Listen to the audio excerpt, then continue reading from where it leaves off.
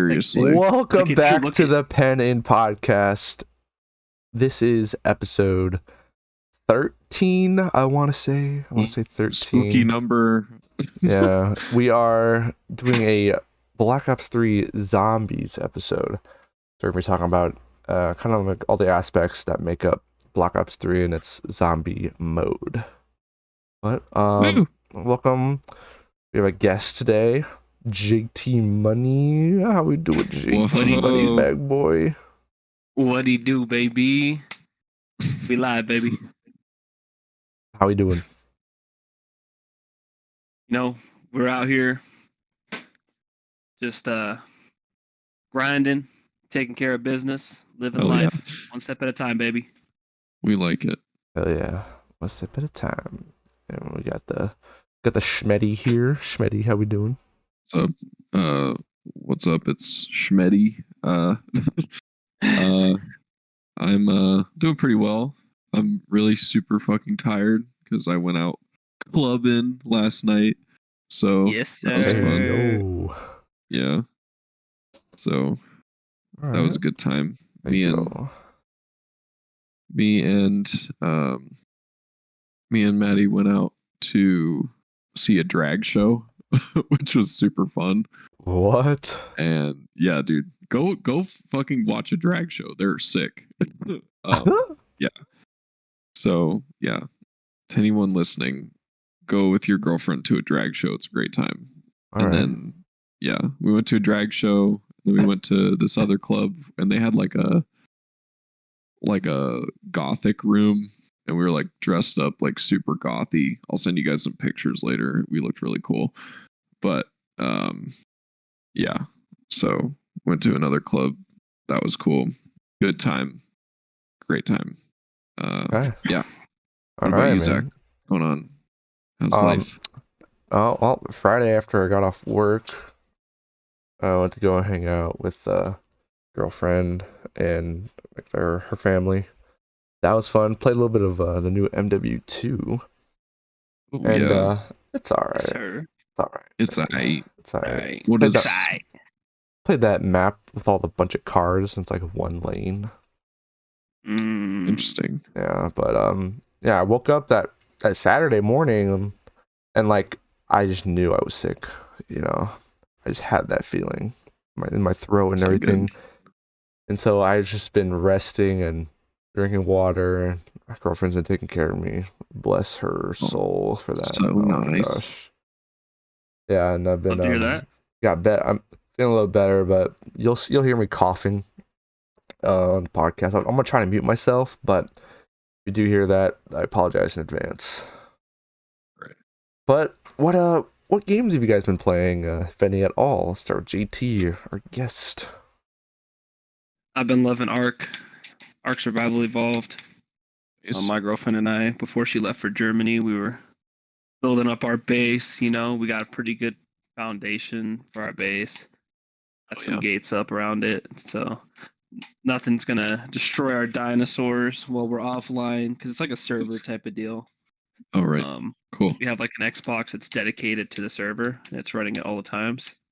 Oh, really? So so we can join whenever, and like if you don't have a dedicated server, you have to like stay within like 20 feet of the host, or else it'll start like, what's it called? Like pulling you towards the host. Oh, it's like a tether. Rubber banding. Yeah, it's like a tether kind of. Okay. Yeah. So it'll start putting you towards the host. So we just decided to use one of our old Xbox One X's actually. And nice. I mean, it runs good. It runs 60 frames. That's good. All times, and no lag. You know, I mean, it's just keeping the Xbox on. But we've been having fun with that. Nice. Possibly thinking about maybe getting the new COD. I don't know. Kind of up in the air about that. Yeah, I've been in the same headspace. I don't know. Yeah. Usually about this time of year, I'd be buying maybe 2K or at least Madden, but I haven't done that yet either. Like I bought Madden, but it was just for my dad because I game share with him. So there you go. I haven't played it yet, but mainly just Ark and work. Nice. Ark and work. All right. Let's go. Ark and work. What a fucking vibe. Hell yeah. Eddie, you been playing anything? Let's see. I I was replaying Doom Eternal a little bit. Yeah. Yeah. Yo. I don't suck at it like I thought I would. So that was cool. Also, on Game Pass, I think someone told me. I think you told me this, Zach, or maybe you didn't. But the on our horror movie or horror game movie episode, we were talking about Amnesia, and I looked on Game Pass, and all 3 of the Amnesias are on Game Pass, and then also the new one that came out this year is also on Game Pass. Oh shit! I didn't even know that. Yeah, so that's cool. Downloaded all of those. So when me and Maddie finish, when we finish Outlast, we're gonna do Amnesia next. So that'll be cool. Hell yeah, bro! Playing some games. I like to hear. Yeah, it's like nice because like I just finished midterms. Like, dude, I had the most horrifically stressful time on Thursday. Oh, no. I had 2 tests. It was not fun, but yeah, it was like nice to just like do nothing. And then also like I got Disney Plus, and I'm finally making myself finish Star Wars. Oh, so, you never? Yeah, Yes, you never finished Star Wars? 8 and 9. I still haven't seen either of them. Well, So, good luck. Yeah, we'll get your opinion on that when you do that. Yeah. Nine's not bad. That can be an episode too. Just rank all the Star Wars movies. Yeah, that could be. Ooh, that'd be a great episode because I like that a lot. Yeah, but I watched. I rewatched 1, 2, and 3, which I already like. Some people don't like the prequels, but I like the prequels. More people our generation. I watched the Solo movie, which I thought was awful. 0 out of 10. Yeah, maybe not a 0, but probably like a 2, maybe a 1. Oh man, you guys are harsh. 0 is a little extreme. I give it maybe it's a 5 out of 10. Anytime there was a character death in that show, I was like happy that they died because I didn't have to hear their terrible dialogue anymore. I was like, oh, thank God. What, in the movie Solo? Yeah, in the movie, like every major character death in that movie was like, thank God I don't have to listen to this shit. Oh God. I did not like that movie at all. Yeah, it was pretty bad. I think I'm caught up on everything Star Wars except I have not started the Tales of the Jedi. I finished that. Dude, that was good. I love that. I'm all caught up on Andor. I actually Mandalorian, obviously, Obi-Wan. Yeah. I have to watch. Bad next on the list is Obi-Wan. That's the next. Oh, that's good chronology. Shit, man. It's good shit, dude. I don't know. I used to batter on Rebels before I watched it. Now it's like Rebels is actually like after like the second season, it's like the best. Yeah, I mean you really can't go wrong with Clone Wars either. Oh, Clone Wars is good too, dude. Tales of the Jedi. It's like they're short stories, like 6 short stories, like less than like 20 minutes or less. It's awesome. Yep, I'll watch them after this. You betcha. Hell yeah! All right. Oh yeah. Topic. But, oh wait, hold on. Let me. Oh yeah. I've been playing Mario Rabbids. Mario Rabbids Sparks of Hope. Oh yeah. Oh fuck yeah! I dropped 100 on this game, man. I got dude. I got the gold edition that comes with 3 DLCs. Yeah, bro. It is so. Those of you who don't know, it's a strategy RPG. It's like a tactical like strategy RPG where you move. You have to like you're in a battlefield and it's either like defeat all the enemies, reach the area, or destroy some stuff to like finish the level. I love those kind of games, like triangle strategy. Like that's it's similar, but like Fire Emblem. I like Fire Emblem games. I just like tactical kind of games that like you have a grid. Sure. It's like you're like viewing it from like top to bottom, kind of thing. That's cool. This game is right up my alley. It's Mario. It's a weird combination, but Rabbids too. So. And like they have like Rabbid Mario, they have Rabbid Luigi, Rabbid Rosalina, Rabbid Peach. That's funny. This game, I already put like Oh, I'm about to the 20-hour mark. It's so fun. It just came out Friday. Oof. Yeah. Nice. And dude, the third DLC that's coming out, you get to play as fucking Rayman. Fuck yeah, dude. Let's go, baby. Hype. Exciting. Hype. That's Love that cool. game. The next one I'm gonna play is either Persona 5 Royal or God of War Ragnarok. One of those two. Okay. Get straight into the topic. Yeah. So, BO3 Zombies, we set up a structure of what we are going to talk about. And, well, we're first going to start off with our street cred on Black Ops 3, so the audience knows what the hell we're talking about. Exactly. All right. So I got the stats pulled up. I'll go over mine first, then JT's, and then Zach's. Our other second guest, Mr. Ishan, who was a part of our dope Easter egg completion squad, was not able to make this episode. But I will also go over his, because us four literally ran the shit out of this game, and we were like, I don't want to say like the best in the world, because there's no way to verify that, but like based on our leaderboard positions, like we're in the upper echelons of the people that played this game at least, so we can say that. So yeah. So for me, let's see here. Open my combat record. All right, so in zombies, I have 9 days played, 4 hours, 17 minutes, 30 seconds, or 32 seconds, with 133,587 kills, 28,000 headshots, and yeah. My most used weapon was the KRM, which is just a regular like pellet shotgun.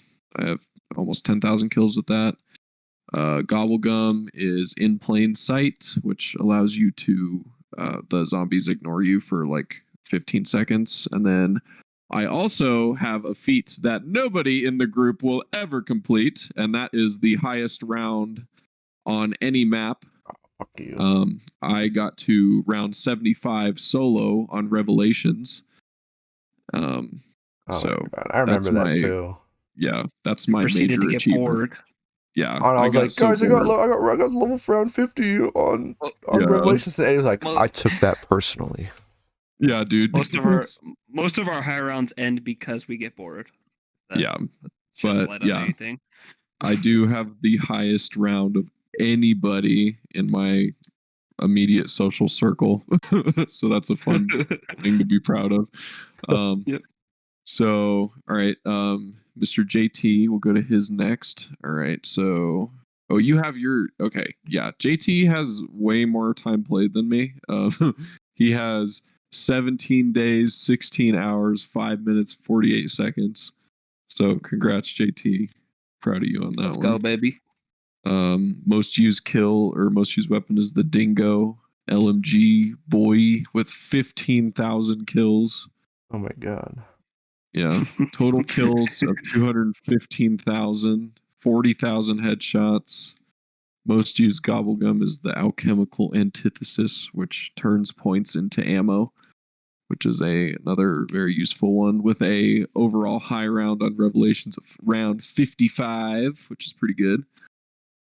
Right. And then moving on to Mr. Zachy. If I can find you. There he is. All right, Zach, we got 7 days, 5 hours, 30 minutes, 34 seconds, 79,682 kills, 30,000 headshots. Deadliest weapon being the KN, which is also your favorite weapon in multiplayer, which I think is funny. 7,000 kills with that. Most used gobblegum is alchemical antithesis also. Wow. And highest round on Revelations being round 52. So that's that. And then our member who is not here of our squad, Ishan, we have 18 days, 16 hours, 29 minutes, 8 seconds, 207,000 kills, only 24,000 headshots. Could be better. I'm going to roast him because he's not here. Best weapon is the Dingo with 8,488 kills. Alchemical Antithesis, Most Used Gobblegum, and a high round on Revelations of round 55. So that's our credibility. We're all in like the 100,000th position in the leaderboards, and I think there's like 20 million positions on the Black Ops 3 leaderboard, so we're in the like top 5%. Easily. So yeah, we're in terms of like on paper statistics, like we're in the top 5% of players for this game. So we're pretty expert advice on this. So and keep in mind, we didn't play that much once the remasters came out too. That's correct. Yeah. I mean, I hit Prestige Master before the remaster maps even came out. Yes. In Zombies. Yeah. So we got a lot of cred. We are definitely in the upper echelons of this game. So yeah. Want to take it away on our first little subtopic now that our credibility has been established? Yeah, we got street cred. Step up. All right. Yep. So the first new thing that came with this iteration of Zombies, which is the 4th iteration in the Treyarch mode of Zombies. So it started So the mode Zombies initially started with Call of Duty World at War, released in 2008. And you would unlock this additional mode after beating the campaign, if I'm not mistaken, right? Yes, correct. Yeah. Beat that, you unlock Nocturne Toten. And this mode gained traction a lot until they started selling. They made 3 more maps along with that. And that's when they knew, like, we can put this as an additional mode in Call of Duty, just like how Modern Warfare had. What was that other mode with Modern Warfare? Survival or special ops. Yeah, Spec Ops. Spec Ops. Yep. Yeah. So then Black Ops 1 came out that had it's like 5 maps, and then also as a DLC, part of the last DLC they included all of the World at War maps. All 4 of those. That was fire. And Black Ops 2 came out. Everybody loves Black Ops 2 Zombies, right? Great. And the formula didn't change that much between like World at War, Black Ops 1, and Black Ops 2. The formula didn't change a whole lot, but why fix what's broken, honestly? All they did was they tuned up some perks, added the Easter eggs. It was all improvements. Small, little, enjoyable improvements. And then Black Ops 3 comes out, and they kind of changed. They added a whole new dynamic to it. The first thing we're going to talk about is Dr. Monty's factory. And Gobblegums were a new thing that came out with this iteration of Zombies, where you could pop a little like thing of like gumball candy, and it would give you any special powers. And one of them, the most famous one, I would say, is Perkaholic, which gives you all the perks in the game, which is like 10 or 13 or something like that. It was incredible. All the perks that are available on the map. Oh, yeah. Correct. Yes. Thank you for the correction. All the perks are available on that map you were playing on. Yeah. And what a perk is essentially it's something that you use points that you get from shooting zombies. Use points to buy like a upgrade to your character. So that could come in the form of like being able to reload faster, being able to run faster, being able to run longer, being able to revive your allies quicker, things like that, having more health. So that's what a perk is. But Perkaholic, basically you buy the Gobblegum and you get all the perks immediately without having to do all the work.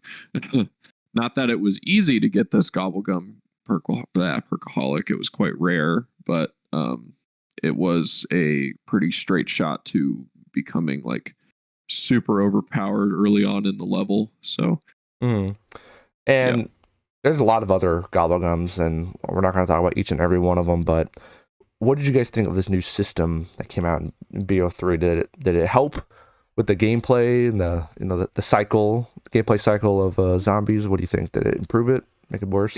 I mean, the thing is a lot of people didn't like it at first, but the dynamic of having a plan with your friends, hey, I'm going to get a shopping free so we can open up the whole map at the beginning of the game. And you get this, you get the immolation liquidation, which gives you fire sales. I mean, so essentially everybody can have their favorite guns. I think that gives a whole new strategy to the game. and I like the system.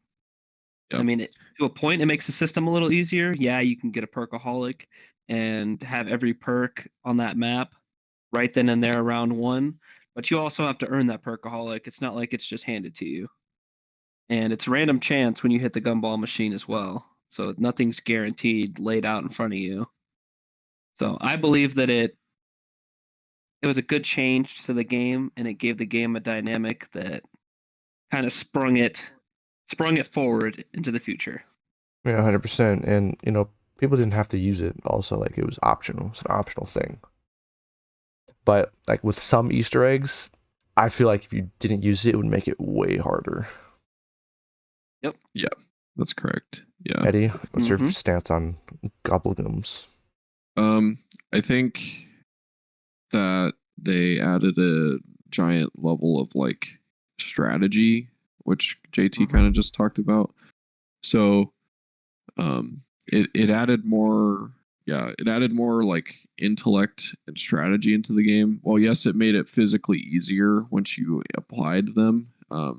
Choosing which ones to use was the thing that did it for me, that made it cool.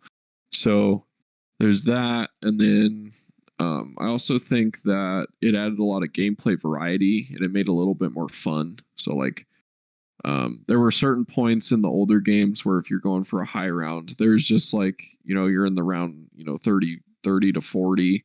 You don't get max ammos ever. So you run out of ammo and there's nothing you can do. It's horrible. So like the Gobblegums kind of changed that to the point where like it made you be able to push the limits of like how far you could take the endless survival aspect of what this game does. So that was cool.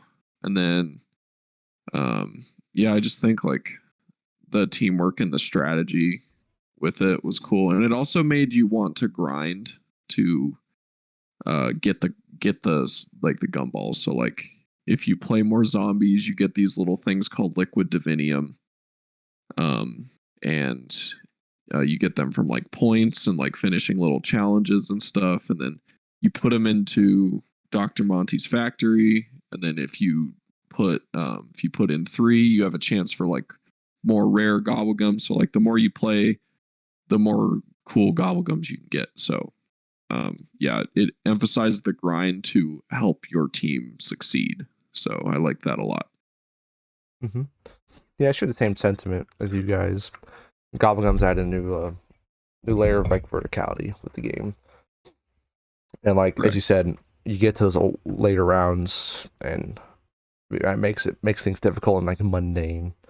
But some Gobblegums are entertaining. Like the DLC ones, kind of like change, like you like make the whole screen like blue, green, red, and something like that. You can make the zombies like full up in the air, and like I think it was a good addition. Gravity. Yeah.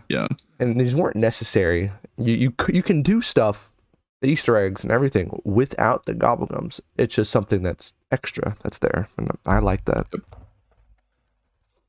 And completely agree. Newton's Cookbook, which is a good. I thought this was in the game from the start. Am I wrong? No, it wasn't. No, it was not.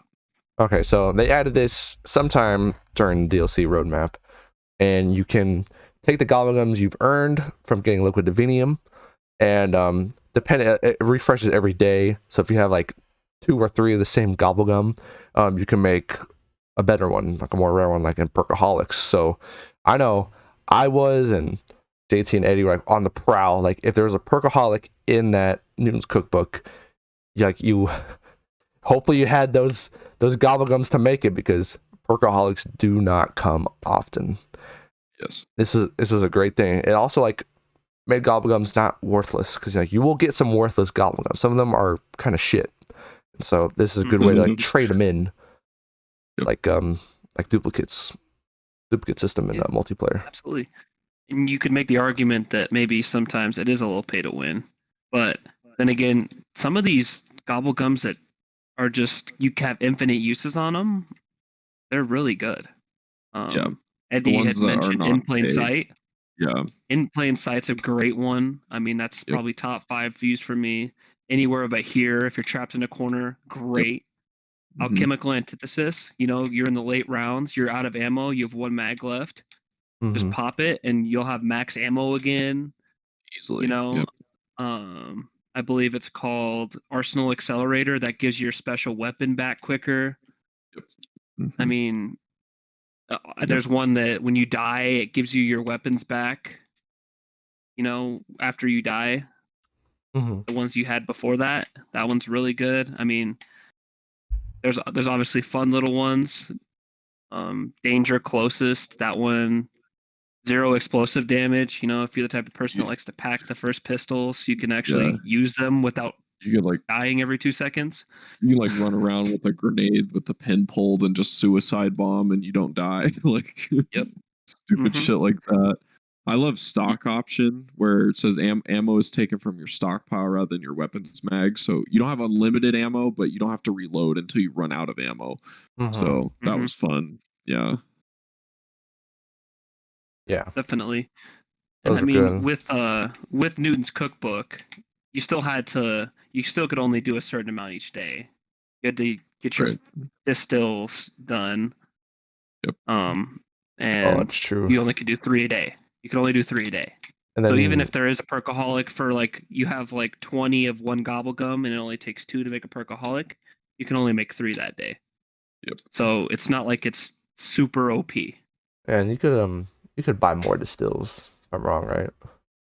Oh, yeah, absolutely, you could. Why wouldn't they make it so you can buy? Yeah. Yeah, they earn their money somehow, you want to spend money, you can. Trust me. Yeah, it's absolutely pay to win if you want it to be. Yeah, you don't have to. Is the point. I know it's like not even going up against like other players. You're just going up against you and your teammates. Going against the AI, you can still do pay to win. Pay to win, as in like who got the highest round? Oh, you go. Yeah, exactly. Right. Oh, you know what the answer is? It's Eddie. Eddie got the highest round. Oh, hey, you know what? We're gonna move on. Fuck you. All right. We'll move on to the challenges system. So each just like the multiplayer and the daily challenges, zombies did too, and certain challenges get 50 headshots, survive like 15 rounds on Shadows of Evil, stuff like that, and they'll give you like bonuses, like Divinium or XP. That's the only two they gave, right? There's only like as far as like the daily challenges. Yeah, just like boost and XP, liquid diviniums, stuff like that, which is just like fun little stuff you can do. I mean, yeah, it gives you a reason to log on every day, you know? It's like, hey, I can get a liquid divinium maybe out of this if I play one round of zombies, or I can, level up. I'm going for that prestige master. That extra 5,000 XP that gave me 20 headshots gets. That helps, Yeah. Okay. Yeah. The other aspect of the challenges was there was calling cards for doing very specific sometimes and just regular challenges. So like doing the Easter eggs for all the maps, that'll give you a calling card. There was, kill like what it was like a million zombies or something. I don't think it's that much. I think it was like no, it's not a million. Not a million. What was that one? Most of them are 500. Like if you headshot 500, kill 100 crawlers, like kill 500 zombies with a packed gun. Yeah. Each packed variant 500. This is another aspect of like getting you to play more zombies that was different from the past games. What do you guys think of the dark ops and the calling cards? I mean, it's an added benefit, but like, what do you think of them? Love it. I think it was like it created like for one, like because we were so dedicated to it and so good at it, like we got all the dark ops, like all of us, like we all have that. Like that's like that took a lot of work and a lot of strategy and a lot of failure. Like we failed so many times. Like I remember just like fucking like just hours on Gorod Crovey trying to do the bombs. Like, oh my God, like awful. Just like so tense. So many times we would fail and we'd try again. But we all ended up doing it, and we all have the completion, and not that many people have that, So it made us want to play more. And then also like it like it's like a status thing for like this game. Like we really did master it in my opinion. So yeah. And I mean, even every time, for example, multiplayer, when you kill someone, your name and your calling card pops up.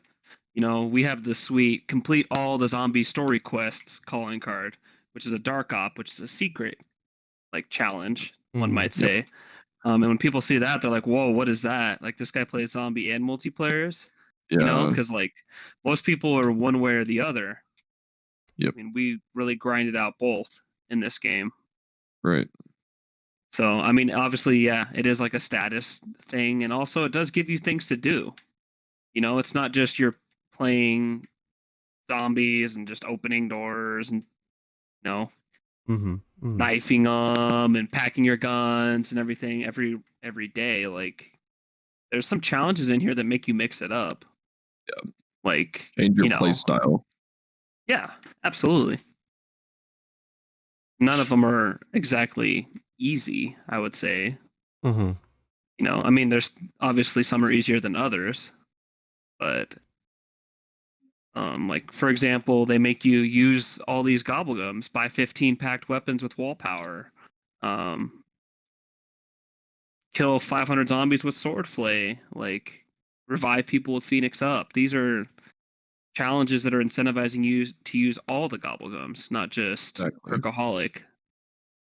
So it's definitely a fun aspect to the game.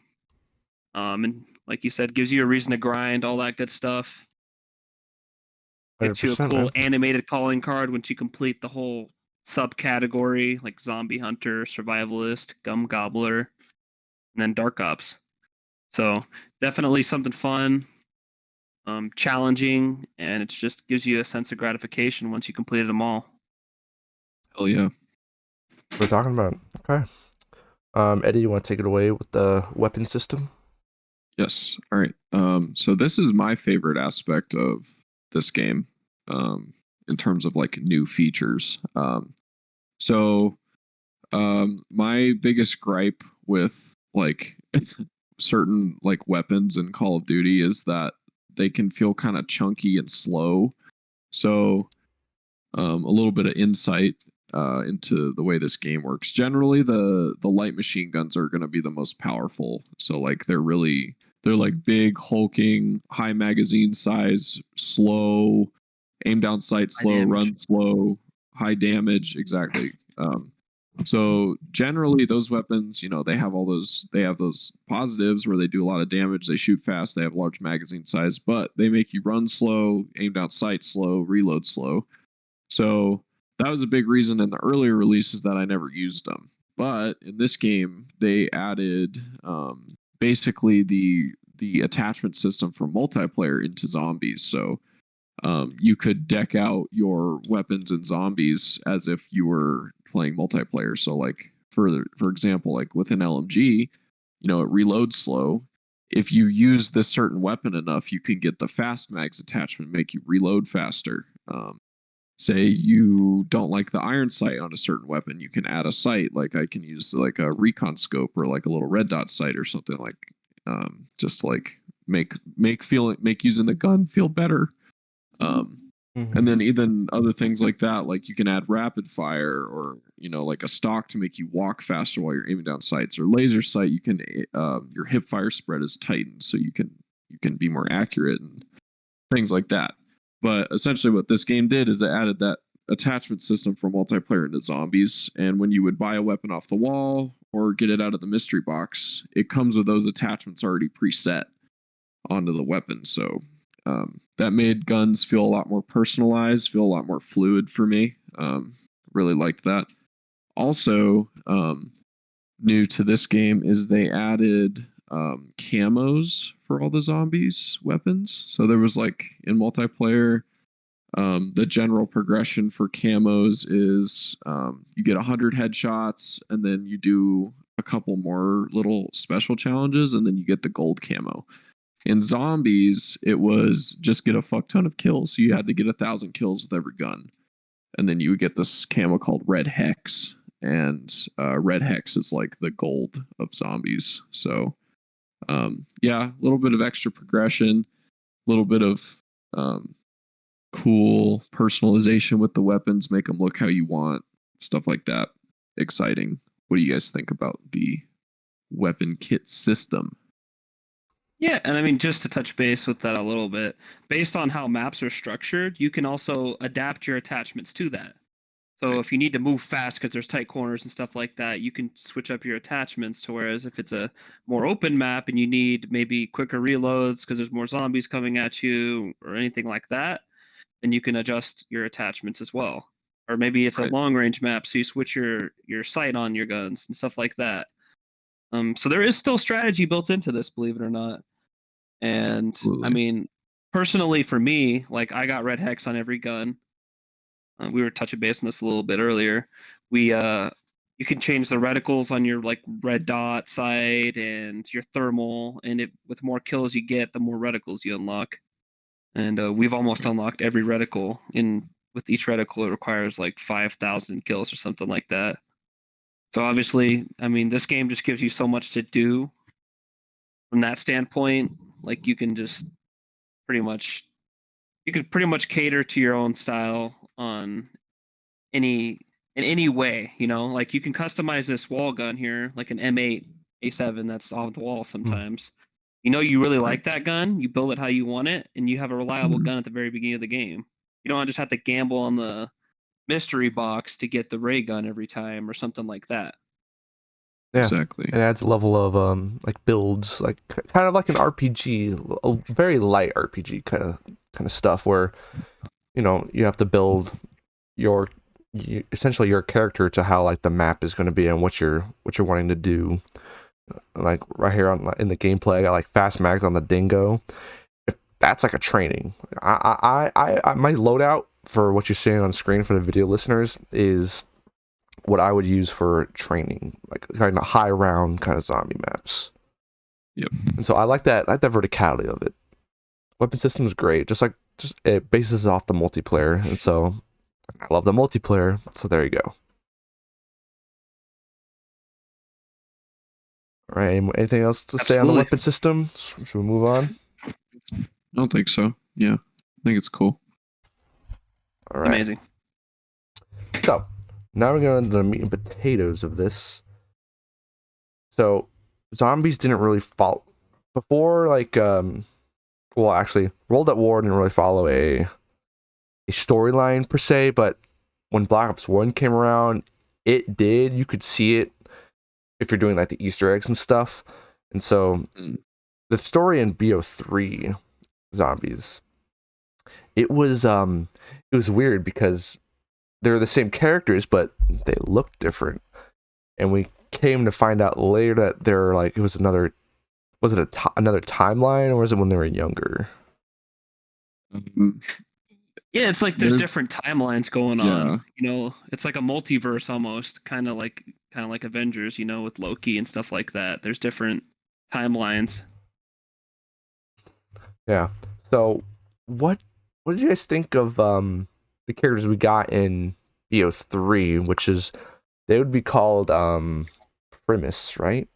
This group. Yes, Um, I believe so.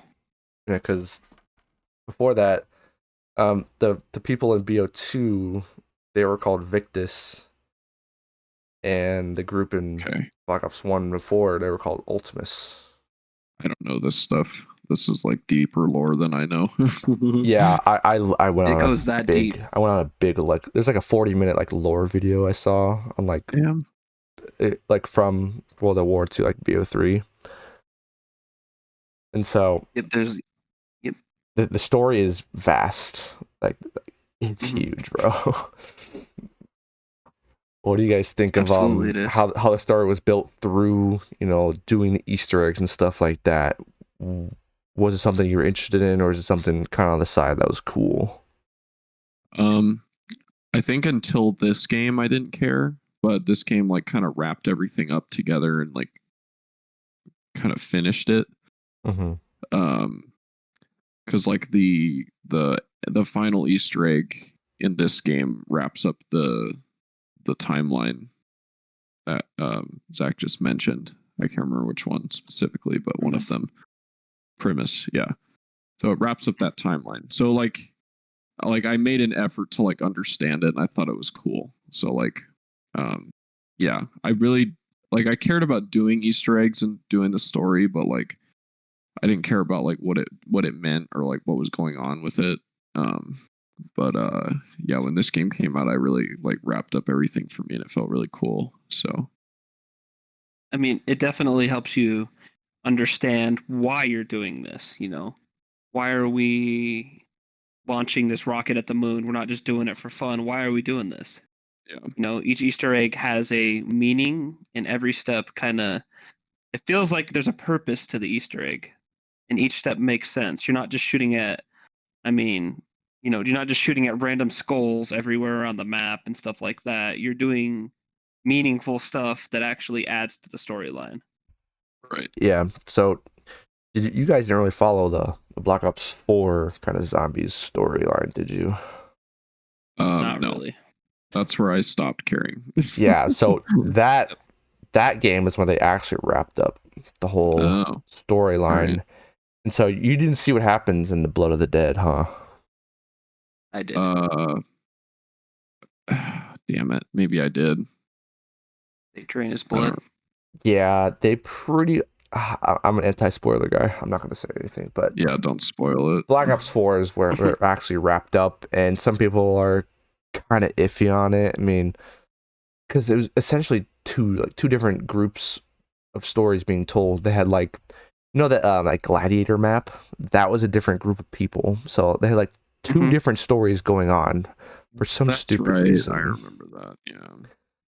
And so, but the story in BO3, Revelations ended on like kind of I can't remember. How did Revelations end? Was it? You kill the Shadow Man. Like he tore apart the universe that they had built with Samantha. And it was all in ruins, stuff like that. Like if you look at it, there's the islands are tore apart. We'll dig a little deeper into that later, but Shadow Man tries to basically tear the universe apart and rule it, but kind of set it back into place. That's right. Yeah. Yeah. Each the story is very convoluted. Like I had to watch a whole like 40-minute YouTube video to understand it all. And now with Black Ops 4 in the mix, I just don't quite understand what happens. Yeah. But we could talk about each map's Easter egg, because that's the next thing. Does that sound good? Yes. Yeah. All right. So the game Black Ops 3 launched in like November of 2015, if I'm not mistaken, and it launched with two maps. The base map was what everybody got if you bought the game. It's called Shadows of Evil. But then also, if you bought the season pass, you were also gifted the Giant, which is a remake of a map called Derice from World at War. We'll talk about Shadows of Evil first. What are you guys' first thoughts on Shadow of Evil when you started playing it first time in 2015? I think, oh man, I always remember this because I thought it was like way too convoluted, overly complicated. I love the scene. I love the art and like how it looks and like the setting. But I was like, what the fuck is Treyarch doing? Like, I thought they were going way overboard, making things way too weird and overcomplicated and like, holy shit, what is going on? And I was like, fuck this. Like, I'm not going to dedicate a bunch of time to zombies. Like, I'm just going to go play multiplayer. So that was my initial thought. I thought it was like way too much. I was like, holy fuck. Like, no. To be fair, that is like kind of crazy. And when you're first getting used to everything, like the weapon system and the perks in the game and the gobble gums and just trying to understand everything, that map is a lot. There's a lot going on. You got the tram system going around the map. You have to enter what we call a beast mode to unlock certain parts of the map and to power the perks and stuff like that. Yeah. I thought it was way too much. I was like, holy fuck. You have to go through portals to reach pack and stuff like that. Yeah. So, and there's a cool sword you can get as a special weapon. That's definitely something that is valuable to your gameplay if you plan on going to the later rounds. It's even valuable in the earlier rounds too, but it's a essential part of the Easter eggs. You have to have it for the Easter egg. So there's a lot of stuff that they added into it that's very confusing at first, but once you know the map, I mean, the flow of the map, I love how it flows. It can be a little confusing and hard to get to places sometimes if you don't know the map. Right. So there's little shortcuts you can take and stuff like that. But if you know the map and you understand the flow, it starts to grow on you quite a bit. Yep. Yeah. Yeah. So like while that was my first impression, like now like my opinion has completely changed. Like it's completely understandable. Like it's not that complicated. It was just so different. Like it was so much different than anything from before. So but yeah, the setting is super cool. I love the 1920s burlesque vibe. Like that's fun. The characters are cool. They got Jeff Goldblum to fucking star in this, which I think is sick. And he does the voice acting, and he does the like the facial whatever, the motion cap or whatever. So that was cool. But yeah, love Shadows of Evil. I would consider it one of my favorite maps ever. Compared to what I first thought, I thought it was awful. Yeah. Yeah. Yeah. I first saw that map. I was like, dude, what the fuck's going on here? I don't know anything. Yeah, exactly. What is going? It was a lot at once, and I was like, oh yeah, same thing as Eddie. I'm not gonna play this much. I'm just gonna take a step back. But then I did all the Easter eggs with you guys, and I saw what Shadows of Evil can really be, and I was like, this is. I still want to learn how to do some of the stuff, but it's a fun map, man. And I remember there's a song that plays during one of the last steps of the Easter egg. What's that called? Where you hear a certain phrase, but it's not really John what it's saying. John Stamos. Yeah. John Stamos. That was hilarious. John Stamos. You hear this chanting, and all it sounds like is John Stamos from Full House. People who don't know. Yeah. That was hilarious. I was like, it does sound like fucking John Stamos. It's the best thing ever. But that Easter egg it's really all the Easter eggs are stressful, but that one thing that happened was pretty fun. Like the whole Easter egg was just fun to do. I remember doing it with you guys. Yeah. What do you guys think of it?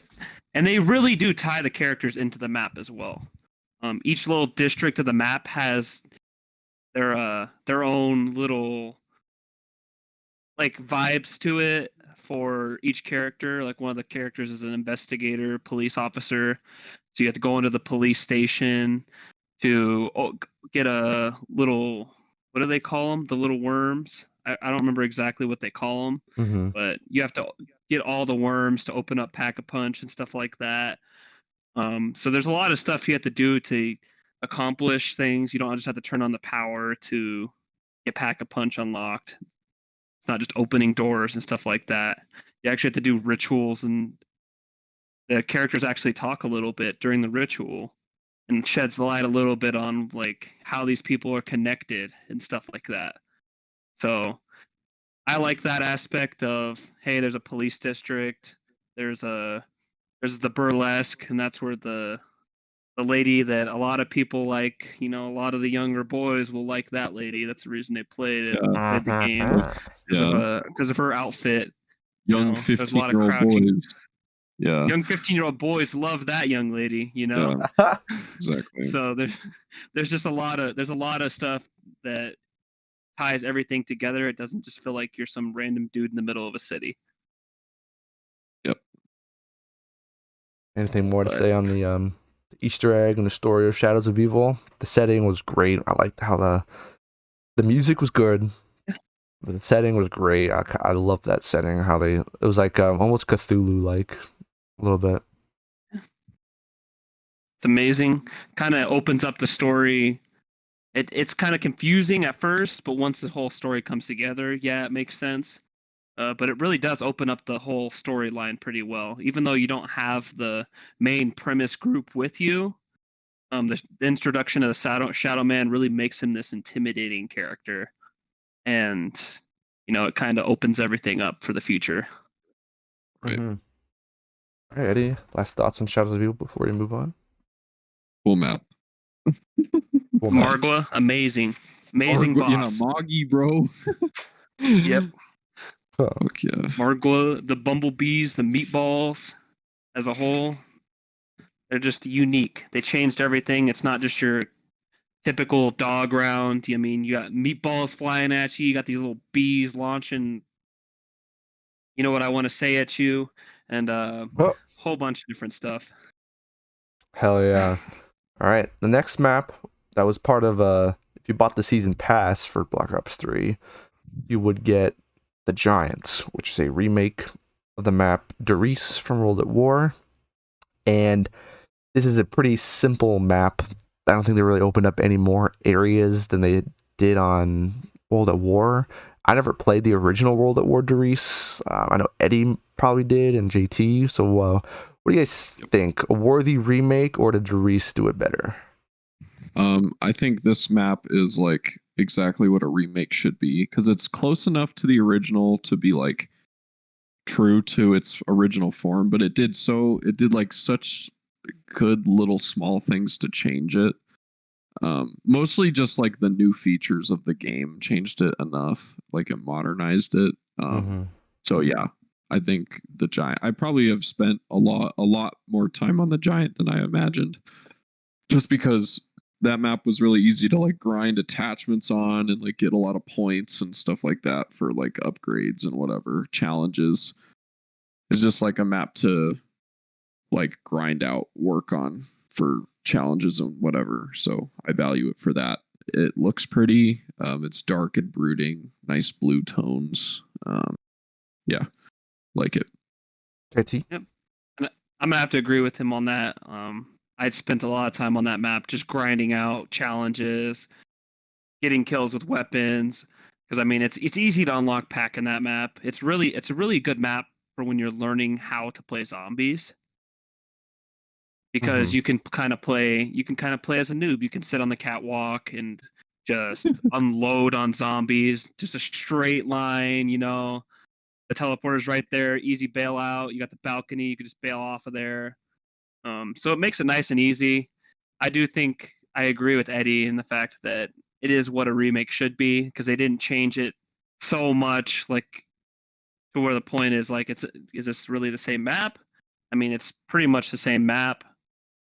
They changed some cosmetic stuff. Always gotta love that. And honestly, the basis of the map is still the same. Got to use the teleporters, do all this stuff to link the teleporter. Sorry, to open up pack, and the flow is still the same. It's not like there's any crazy changes with the map. So I believe that the Giant is a great map, and it definitely serves its purpose. Hell yeah, it's one of my favorite maps. I mean, it's a simple map. You're just shooting zombies on there, and the way so how World at War connects to Black Ops 1 is through Doris and Kino, because Kino has the teleport, not the teleport, but like I guess yeah, the teleporter, and so does Doris, and so that's how the characters got from Doris to Kino, as they took the teleporter. A fun story fact if you didn't know. I appreciated that. It looks great. Yeah. I mean, the Giant, it's in BO3's engine, so it looks infinitely better than the fucking poopy World at War's 2008 engine. Poopy World at War. Poopy World at War. But yeah, it did have technically, we can call it an Easter egg, but not really. There were some steps you could do to get was it the Annihilator pistols? Yes. Mm-hmm. Yeah, so I mean that was cool. The little thing, they didn't have to do that, but they did. The same thing you guys said. They didn't change much, so it's what a remake should be of a map. There are other remakes of other maps that they didn't do very good on. Like, let's see, what do you think of you guys? You guys didn't play Black Ops 4 that much, but the 5 map that they remade? It's called Classified in Black Ops 4. Yes.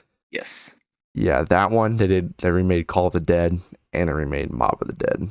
So I think Giant was the better out of the remakes, in my opinion, because they didn't really do much. Absolutely. Okay, so we'll move on to DLC number 1 map, Der Eisendrach. You guys love this map, so take it away. Yes. All right. Yes, Der Eisendrach is a great map. Go ahead, Eddie. Take it away. All right. So hot take. Whoa. Uh-oh. I think of the DLCs, this is not the best one, but it's still a good one. It's like we're gonna rank them in a little bit, but I think the only reason that I don't rate this as highly as everyone else does is because like I feel like I played it so many times, like getting people to do the Easter egg just so they could do it. Like I would be like on the helper squad. Like we'd have like 1 or 2 people that wanted to get it done. So like me and Ishan would help, or JT or whatever would help people. And yeah, so like oh my god, I just remember playing this so much. But Jesus Christ, is it cool? Like the special weapon in this map is the bows, like these elemental bows, and it's like fucking rad as hell. I always had the lightning bow. That was mine. There's a lightning bow, a void bow, a fire bow, and a wolf bow. But like each of the bows has its own little challenge to get it, and it's like unique to that bow. And yeah, it's really sick. I love it. The map design is another reason that I don't place it as highly. It's kind of like, not like it's awkward, but like I don't know how to describe it. It's like something doesn't feel right about it. I like the way it looks. It's just like the layout is weird. Not like confusing either, because it's really not. It's just like things feel detached. Like there's a whole separate section by this rocket, and like I don't know. Yeah, I have some minor critiques about this map. Like, yeah, I don't know. It's I like Shadows of Evil much better. I'll say that, and the Giant. Oh, okay. Dang. Yeah. Hot take. Whoa. All right, JT, what do you got to say about this? You know, I'm gonna preach about this map quite a bit. I love this map. This is probably my favorite map of all time. Just because of the fact that there's so much you can do here. Like he had mentioned earlier, you got the elemental bows, and you can have those bows as early as round 4 if you strategize, or as late as round 50 if you don't strategize at all. If you just kill every zombie. So I like that fact. You know, obviously you got the OG, not the OG, but you got a zombie shield in there that pretty good, pretty quality shield, I'd say. Same one as Shadows of Evil, and the gravity spike special weapon. I feel like that was a great addition to the game. You know, your homies down, you drop them bad boys down, and you can get them up without worrying. The raw size really makes it attractive to me. I do agree that the rocket being separated, I think it's cool, but also, you know, it is a little detached, and the only way to get there is teleporting or launching yourself up there. But there's so much going on here with this map, and I think that's kind of why I like it. I did this Easter egg probably 50, 60 times easily. Probably in my zombies career. And I mean, I still to this day have the steps memorized. The map, I feel like it flows pretty nicely, and I just feel as though all the features and everything that comes with the map, down to even the boss fight with the Easter egg, is really fun. And the Easter egg gets really intense at a point. It starts off pretty chill, just shooting clocks and stuff like that have a spark on them. And eventually you get to the point where you're standing in a tiny little circle, everyone back to back to back, and you only one person can kill. So it's like, you know, there's a bunch of different things that you got going on, and you have to rely on each other to do the Easter egg. It can't just be one person carrying the Easter egg, which is something that I can critique with the old. That's something I can critique with the older maps. You know, you can do that. With this one, everybody has to be involved, or else you're doomed. Yeah. And even with the boss fight, it's really high intensity. You have to be training. There's panzers coming at you, bringing that back from one of the older maps. I don't remember when it was introduced exactly off the top of my head. There you go. So, I mean, it's just there's a lot of stuff going on with this map. I believe, I mean, you have the gondola system where you can get fuse it, or what are they? What were they? They were to call in the gondola to get your free power up. Yeah, I don't Like a remember. little, yeah, like a drop. Yeah, I don't know what it's called. Yeah, like a power Yeah, up, a you would get drop, like these whatever. little, you would get these little like keys almost, and you can only have one of them at a time, and you can call in the gondola right where the spawn is, and it gives you a free power up. Essentially, it's random. It could be a max ammo, or it could be an instant kill. You know, it all depends on your luck.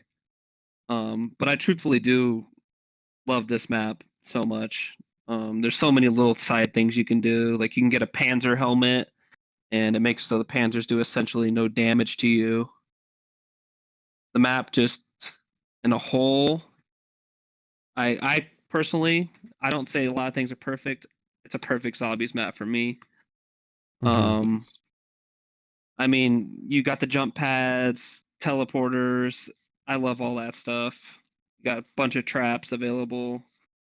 Bunch of fun things with this map. So, and obviously the storyline's great. It's this Easter egg focuses on Dempsey, and this is it. Just honestly, it at the end, seeing the end cutscene and stuff like that just makes doing the Easter egg all worth it to me because it's really a beautiful cinematic.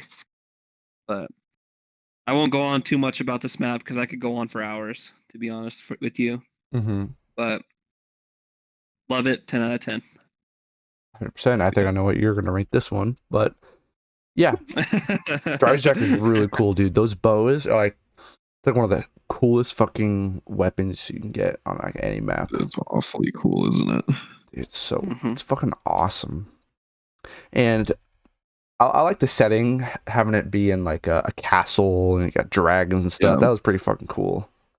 Yeah. I love that personally. So that final like boss fight of that map, like that was fun.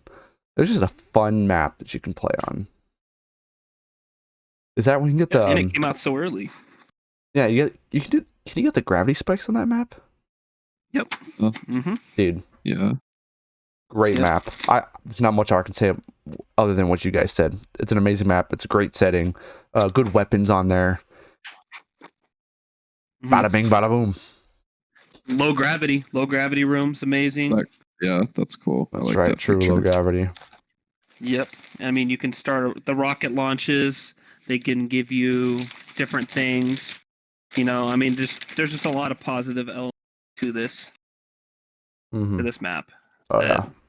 I mean, I feel as though not many people hate this map, and that's pretty rare with zombies because usually there's a lot of critics on each map. Maybe it's not people's favorite, but it's really hard to hate this map. Yeah.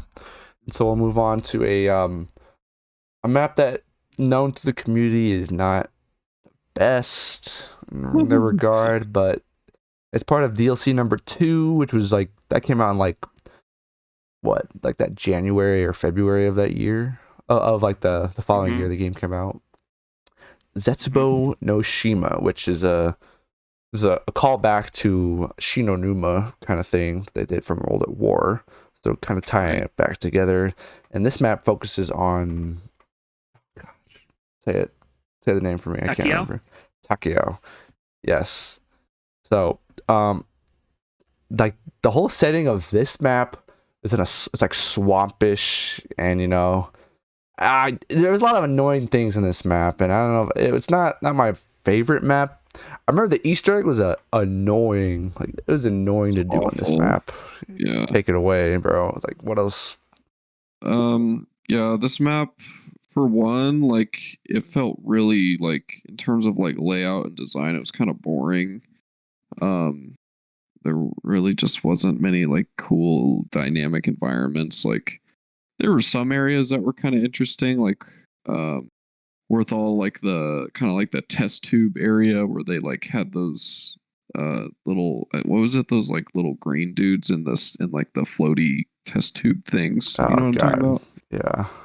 Yeah, that was kind of cool looking. But like I just remember all I can remember from this map, like other than the fact that I only played it like 2 or 3 times because I didn't like it very much, is like I just remember there were spiders and it was like I don't know, it was just weird.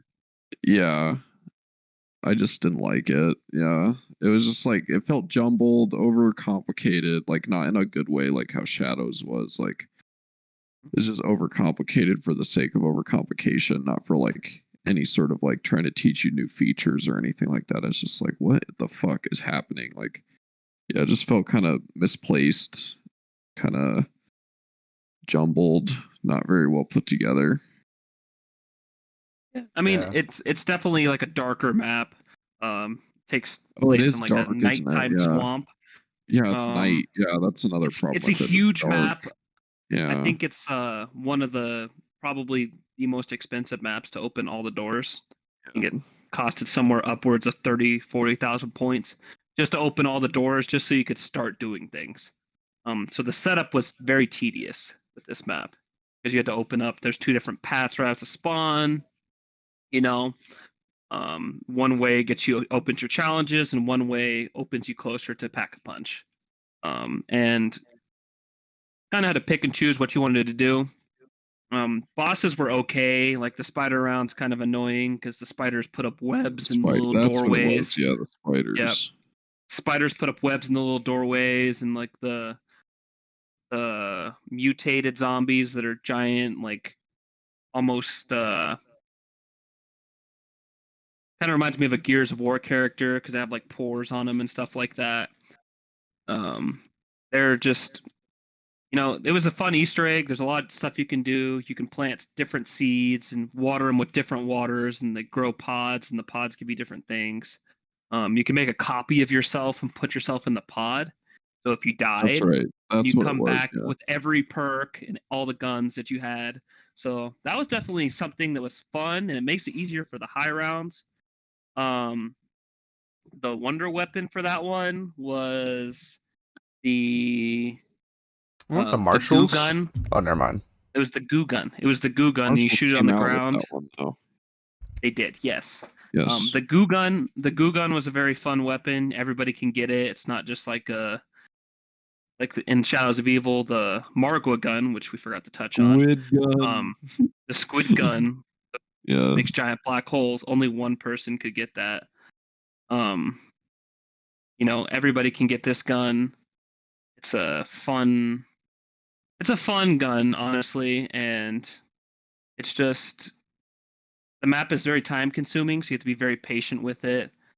Get your classic shield, you get a gas mask. There's a lot of cool different things that you don't even have to do with this map. Like you can fight a spider king, a giant spider, and just continue to grow on the storyline. The boss room's pretty cool. At the bottom of the elevator, you can camp down there and kind of cheese until like round 50 and just have a pretty much I forgot about the 350 elevator run. spot. Yeah. Yeah, if everybody sat there and they just used the wonder weapon, you could pretty much make it to 50, no problem. I mean, this map is complicated, but also it's simple at the same time. Easter egg's pretty easy to follow. I wouldn't say it's a difficult Easter egg to do. I mean, it's something if you have good zombie skills, you could probably complete it on the first try just by watching a simple video. Yeah, So, because in I know. that fact, it's nice. Yeah, me and Ishan did it on the second try because like he had done it before me, but he just wanted to take me through it. Just literally, you can do it with 2 people. It was like that. Like, yeah. So yeah, I remember we failed it on the first try, and then like we did it in the second try. It was just like it just felt stupid. Like I was just like, ugh, that wasn't challenging. It was just stupid. Yeah, very, and I mean, tedious. As opposed to Horizon Drac, where everybody's involved. This is an Easter egg where literally 1 or 2 people can do it all by themselves, and the other 2 people can train the whole time. Yeah, and it's not like when me and Ishan did it either. Like I was doing any work. Like he did everything, and I was just like making zombies train. That's it. Yeah, it's stupid. Yep. Yeah, that's something with map. It's a tedious map. And like, there's a lot of annoying things that happen, but it's not not bad. I would just say it wasn't as good as the other maps we're going to talk about. If it wasn't in Black Ops 3, people would love it. If it was a Black Ops 4 map, it'd be the best map in that game. And that's But saying a it's in lot Black about Ops 3. that's saying a lot about Black Ops 4 maps. Mm-hmm. Yep. Yeah. Yep. All right. I like the boat one. Then That'd be then we move on to the third DLC map we got was Gorod Crovey. Now, Let's go. personally, this map is fucking dope as fuck to me. I think this is very Really? cool. This one focuses on Nikolai and it takes place in Russia. And dude, yeah, I always thought this was fucking dope. So like to get Pack-a-Punch, you have to take like a fucking dragon. You have to ride a dragon to another area to get Pack-a-Punch, and doing that was fun in itself, having like a survival based round where you need to hold out while everybody else does their fucking weapons Pack-a-Punch. It was very high stress, but it was fun for me in that sort. And that Easter egg that came with this map, I thought that was fucking dope as fuck. You're literally fighting a fucking dragon and Nikolai in a fucking mech suit. What do you guys think? Gorod Crovey. Okay, my only issue with this map is the FPS. There's like true. there's so much happening, like in terms of like what the console has to render. It slows the game down. It makes it choppy. That's my only critique. Other than that, it's like there's a lot of cool features. It's a cool setting. The Easter egg is awesome. It has good like layout, lots of verticality, interesting like Pack-a-Punch, like how you get to it, like you ride the dragon and shit. Like, yeah, I really like this map. It's awesome. I just hate when the frames drop. That pisses me off more than anything because I'm like a performance snob. So Yeah, Performance snap. absolutely. Yep. So with this map, they give you a lot of different zombies variants. You have the incendiary zombies. I believe there's zombies that just blow up. I believe I could be wrong there. I mean, there's just a lot of different things going on. The zombie, or okay, let me back up here. The special weapon in this one is a baby wyvern, and you can like literally wield a baby dragon, and it can like breathe fire, all that good stuff. It can revive your teammates, I believe. I mean, this thing is just incredible. It can go fetch power-ups for you if there's a max ammo or something near you. It can go and grab it for you, and it even has its own involvement in the Easter egg as well. Um, I believe that's a very cool aspect of the game. You have to wait for the dragon to breathe on the wyvern egg and breathe on it, like breathe fire on it, and it cooks it, and it's just a whole cool process to me. And you can upgrade them as well. That's amazing. I like the whole drop pods that you have to protect, and they can give you a power up. And even at the beginning of the game, they give you the modules so you can fly the dragon to the Pack-a-Punch machine. The zombie strike's a cool feature that you have in this one. It allows you to call in a zombie strike that essentially works as a monkey. So the zombies will go to that little center area, and it just drops bombs on it for a couple seconds. Definitely something to bail you out a little bit. Lots of traps.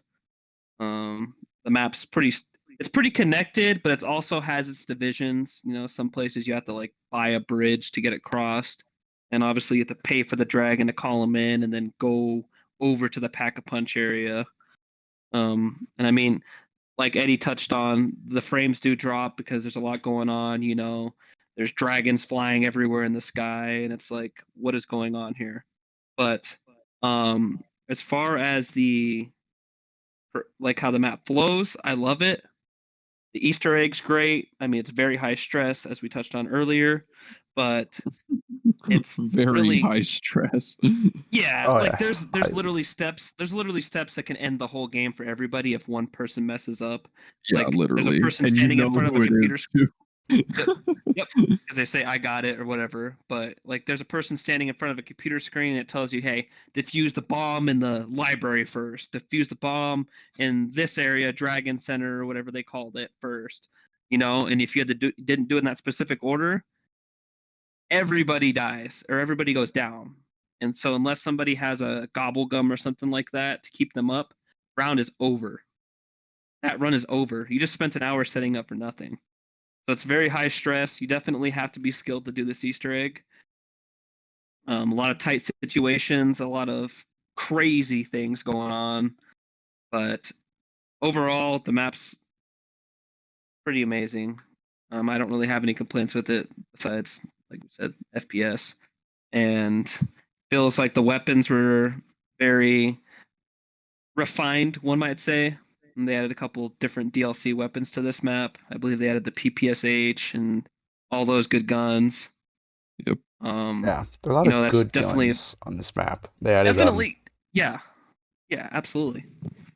I remember they added the third variant of the ray gun, and I thought that was fucking cool. Oh yeah, the dual wield one. Yeah. Dual wield ray gun, a worthy Amazing successor. New shield, new zombie shield. Oh yeah.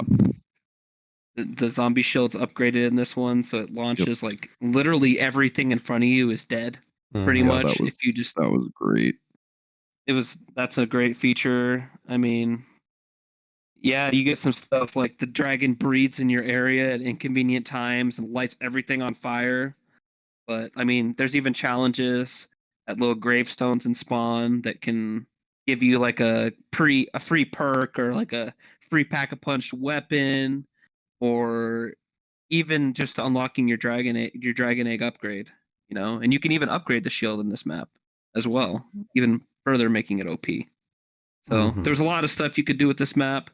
Very big map, but yeah. And I mean, one thing I didn't touch on with the other maps as much, and it's kind of cool. There's a lot of dialogue in this map. Nikolai, he's screaming the whole time. I mean, first time we played it, first time we ever played it, Nikolai screams, "Hello!" like at the top of his lungs. And I mocked him, and I said it every time we played that map ever since. I would just scream, "Hello!" It's so out of nowhere. I love it. Yeah, it's yes, yeah, and I mean honestly, it's just the dialogue is great. Emid and Dreisendrach, you can hearing Rick Toffin speak and the operator speak about what's going on during the Easter egg. It just adds a whole new dynamic to everything. Makes you feel as though like something's actually happening. You're not just kind of killing zombies and doing steps. Like each step activates its own audio cues and stuff like that. So it's really amazing. And even with at the end of the Easter egg, Nikolai is completely wasted off vodka. I mean, this dude is trashed. This dude is trashed. It's as like you should and you meet the old version of Nikolai, like he's significantly older, and it's just that extra boss room is amazing. I mean, it's a very high stress boss fight for sure, but I mean, it's so awesome. It's so small. It was like, yeah. Yeah. And it's definitely, there's a lot of opportunities where if you mess up, you really messed up. Like you're dead. Dead. Because like there's so much zombies, and Nikolai throws like sparks at you and he'll stomp on you and stuff. So it's like, if you're dead and he's by your body, you're done. You're done. Like you're spectating the rest of the boss fight. You're donezo, buddy. That's what it is. Yep. Yeah, it's what it is. A lot of risk and reward of this map. A lot of things that can go wrong. A lot of things that can pay off very well. That's one of the things I like about it. Any last thoughts on Gorod Grovey? Amazing map. So. Yeah. Amazing map. There you go. Okay. All right. And now we move into the last of the DLC from the season pass, Revelations. This map does a fuck ton. Does a lot. There's a lot going on in this map, and I like it. So the whole shtick with this map is that it doesn't focus on anybody, because like at this point the story is about to end.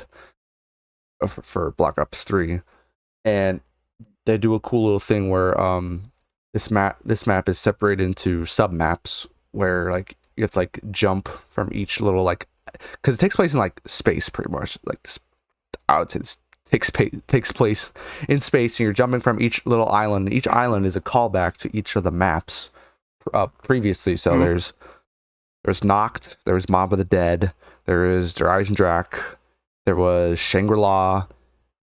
I think I'm missing one or two. What else? The Insane Asylum. Mob of the Dead. Yeah, Mob of the Dead. Well, no, the Insane Asylum. Oh. Verrückt. Verrückt is in there. Yeah, you have Verrückt in there. You have a little bit of you got the movie theater. You have Mob of the Dead. Verrückt. Trenches or the Origins Trenches. Right. Yep. And then Shangri-La. You have the temple. Yep. And then what was the last one I just thought of? The mine caves from what's that the fucking underground map from Black Ops 2. Oh. Buried? Yeah, the caves, the mine caves are in there. Oh yeah. shit, you're right. It's really small, but it's just like it's like a little like maybe a 30-foot strip, but it's part of the map. Yeah, dude. So like that was the stick with this map. That was really fucking cool. I enjoyed Revelations very much. Yes. And like it's a very good map. That's where I got my highest round. Fuck you, Eddie. But anyway. Not higher than mine. I mean, that goes to say, like, this map you can get set up pretty easily. There's a lot going on in this map. You can do a lot in this map. JT, what can we do in this map? Oh yeah, so you got a bunch of different masks going on here. You got the God mask, which you do a bunch of random challenges inside an alien stomach where the Pack-a-Punch machine is. You have to kill like one of each different enemy. You can't get hit for a certain amount of period, and by the time you have the God mask, you can take about 15 or 20 hits without going down. Yeah, that shit was really sick. Makes you OP. Yeah. I showed everybody how to get it, and everybody was like, "That's a whole lot of work. Can you do it for me?" But essentially, you never die. It's great. Yeah. Essentially. So round 100 is very achievable in Revelations. You got all the callbacks to the maps. The gatekeeper people that you can spawn in are a really nice addition to the maps, I feel, because you have like little sites you can spawn them in at. Yeah, it costs you like 5,000 points to spawn them in, but in the later rounds when you're sitting on 300,000 points, they're definitely handy to have, and I believe they can revive you as well. You got, there's so many different ways you can get free perks in this one. There's like a little wall run parkour you can do in the Der Eisendrache area and get a free perk that way for everybody, and everybody can do that. So you can get 4 free perks. You can have 8 perks right off the rip. Yeah, dude. For that one. Should be good. There's challenges in there in the little center area that kind of connects all the islands that have been torn apart by the Shadow Man, with portals and stuff like that. It there's a lot of stuff going on. You have your classic shield. There's a couple different wonder weapons in here. You can get the Annihilator. You can get the Margwa gun. Obviously ray guns in most of the maps. There's a lot of stuff you can do with this map that really does make it fun. You can train pretty much anywhere, and there's a lot of nostalgia built into this map, especially with the Origins, and you get Buried, Mob of the Dead even.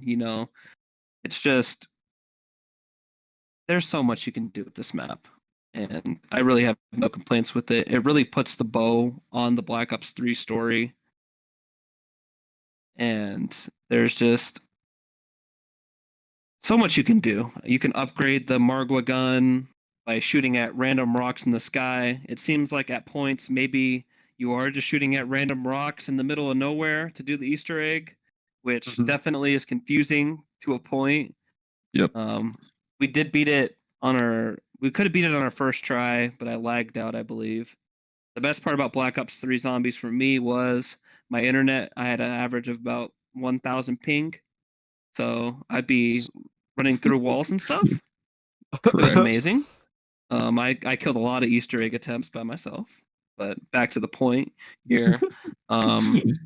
You had to baby little eggs in these little pots to do the Easter egg Oh yeah, the too. incubation. Yep, you had to incubate eggs, and it's like Yep. there's so much going on here. You have to trap this little lava worm thingy that's flying around, and that's how you get Pack-a-Punch. It's like, what is going on here? What do I do? If you don't know what you're doing, this map will get you lost pretty quick. Yep. Because you're just kind of running around, floating between islands.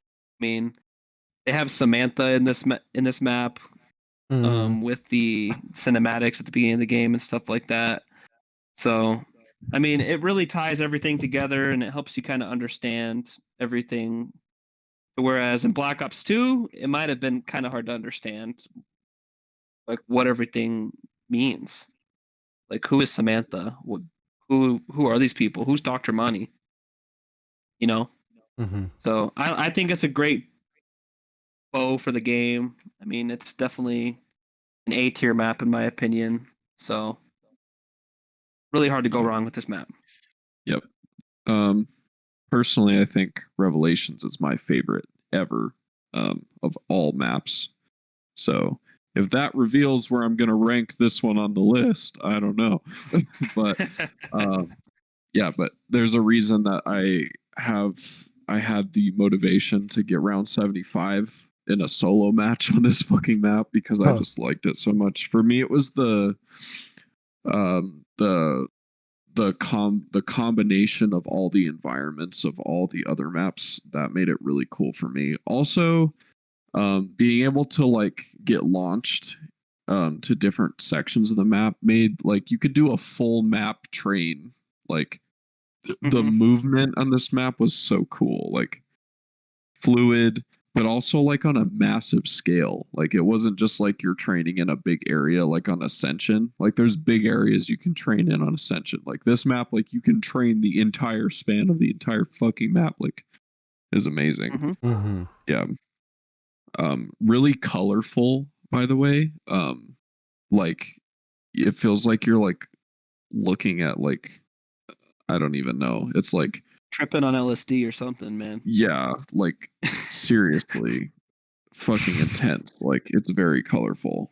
It's like lovely. I love how it looks. And then like when you pack a punch a weapon on this map, like it makes it look all fucking crazy and shit. It's like all swirly and like neon. Oh, the art is so good on this one. But yeah. Yep. Great colorful, like high saturation, but also high contrast. Like I just love how it looks, and then also the dynamic environments, and then the massive scale that feels so fluid. That's what I love so much about Revelations. So yeah, greatest map, we'll say. Dude, it's a fucking amazing map. And like going off what you guys said, the masks, the fucking what is it, the squid gun you can get on this map. Like there's so much you can do. It's like the most content rich map in Zombies to like for sure to this day. Yeah, it's amazing. So let's move on to ranking the maps now. So do you guys have your lists? I do. Let me do. I didn't rank mine. Hold on. Okay, you guys go first. JT, you can. Okay. You have the list. Go ahead. Oh, yeah, you know, I have a lot to say about a lot of these maps. You know, honestly, you really can't go wrong with any of them. And in my opinion, some of these maps are interchangeable. I would say 1 and 2 for me is Horizon Drac and Revelations. Horizon Drac being 1. Those are definitely interchangeable. I mean, just depends. Like honestly, some days my mood, I just want to grind Revelation. Some days I just want to grind Horizon Drac, and it's like those are both A plus maps. Gorod, Crovey, and Shadows. I would say these two are also interchangeable. Gorod being 3, Shadows being 4. They're just really great maps. I mean, so much going on, lots of different additions to the game. I mean, it just gives you a different feel for zombies. There's so much stuff you can do. 5 being Zetsubo. Zetsubo's a great map. I'd say it's probably a B plus A minus tier map. Like I said, on any other Call of Duty zombies, it'd probably be definitely 1 or 2. It's just it's a cool map. I'll say that. And 6 being the Giant. The Giant's kind of put here by default just because it's mainly just a grind map. It's tiny. There's not a whole lot going on. It's a classic map. It's fun to play, but for the reason that it's not only just a remaster, but it feels like you can have everything done by round 3. It's kind of tanks the rating for me a little bit. Mm-hmm. Okay, that's where my list is at. All right, good. I'll go since Eddie's still working on his. So I'm gonna put Revelations number 1. Like JT said, dude, you can grind this map so well, and it's enjoyable too. There's so many weapons to get. There's so many things to kill zombies with. Easter egg, different stuff. Oh my gosh, yeah, I can go on. Mm-hmm. Number 2, I'm gonna say Gorod Krovi. The setting, amazing. It focuses on Nikolai. That's hilarious. He's hilarious. Dragons, enough said. Then for number 3, I'm gonna say Shadows of Evil. Number 4, we'll do Der Eisendrache. Then number 5, I'm gonna say The Giant. And number 6, obviously, Zetsubo no Shima. R.I.P. Zetsubo. R.I.P. man. So that's what it is. All right. So my list: Revelations, number 1, best map ever in all the games. Number 2, Shadows. I made a huge turn. Like in the beginning of the episode, I said how much I hated it the first time I played it, but yeah. Number 3, wild card, is The Giant. I think it's like, because it's so simple, it's so accessible. You can just play it whenever you want. You can just jump on, just roll, just go. So that's why I like it there. Der Eisendrache. This is the last of the maps that I would play, like in terms of this list. This is the last of the maps that I would just have like a fun, like a solo run just for fun. Like,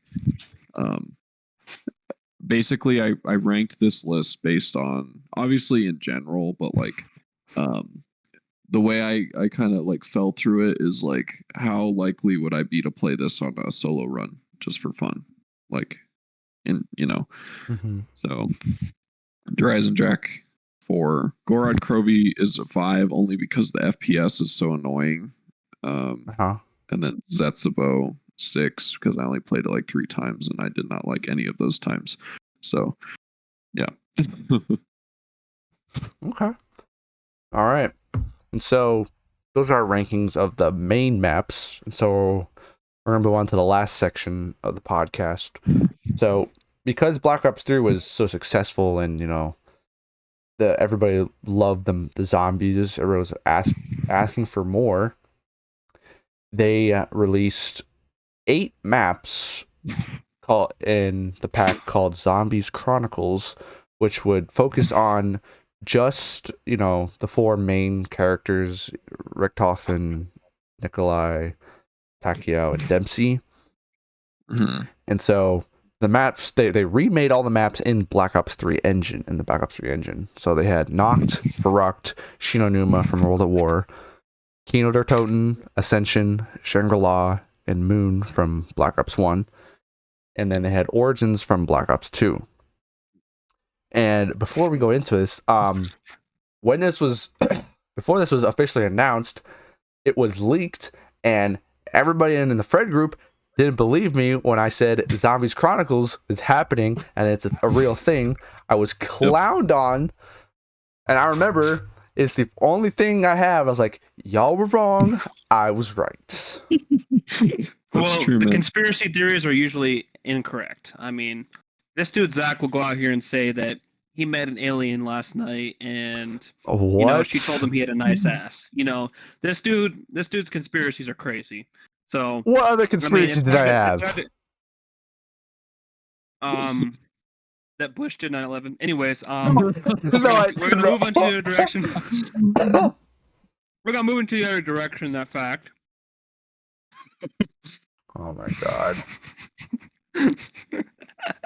That's funny. Anyway, yeah. hot take, but I prefer playing the Zombie Chronicles maps than the base BO3 maps, to be honest. I just like these maps way more. Right. Okay.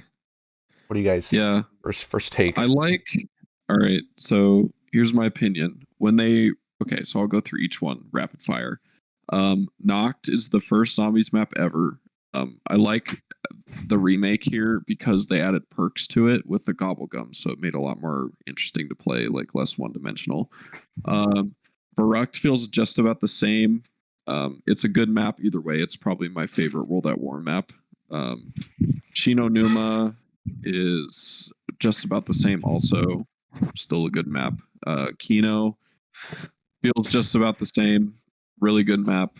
Ascension feels about the same. Really good map. Shangri-La, I don't like it that much. Moon, that's great. I don't like it that much. It's a little too complicated. I think I only see it as too complicated in my head because when it came out, I was like, 12? Mm-hmm. And like we didn't play Moon that much when that map came out. All we did was play Ascension. We didn't play Moon. So that's why it feels hard. And then Origins, good God, like when Origins came out, I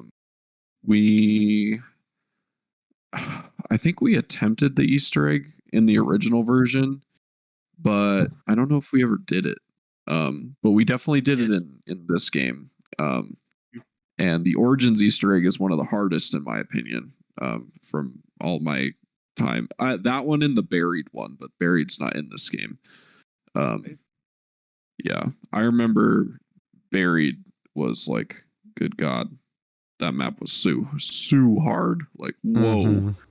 Yeah, the end of that Easter egg where you have to shoot those targets in the windows. Holy fuck, man. Yeah, dude. I remember you got so pissed at it. You're just like, dude, fuck this. I'm not doing this anymore. Dude, we had done it. We got to that position, like that position in the Easter egg, like 4 times, and we would get stuck on it every single time, and we'd be just shooting targets for like 3 hours, like every weekend. It was horrible. And remember that one time when the thing wouldn't spawn on the zombie's body? Like you had to get a part off of the zombie's body.